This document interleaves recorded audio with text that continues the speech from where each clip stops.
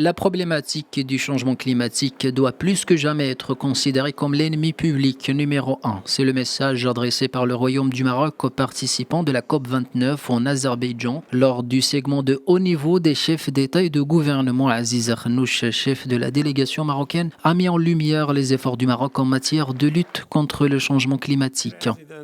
Sous la conduite de Sa Majesté le roi Mohammed VI, que Dieu l'assiste, le Maroc s'est engagé depuis de nombreuses années à jouer un rôle majeur dans la transition énergétique, tant au niveau international, national que continental. À ce titre, l'initiative pour l'adaptation de l'agriculture africaine AAA a été lancée sous l'impulsion de Sa Majesté lors de la COP22 à Marrakech avec une vision audacieuse, transformer l'agriculture africaine et protéger l'environnement pour faire face au changement climatique.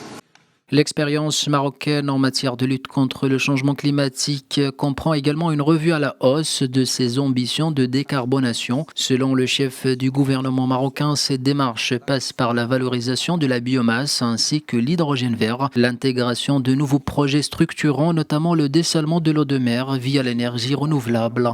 Conformément à la vision éclairée de Sa Majesté le Roi, les énergies renouvelables au Maroc représentent aujourd'hui environ 40% de capacité de production électrique, chiffre qui sera porté à 52% avant 2030.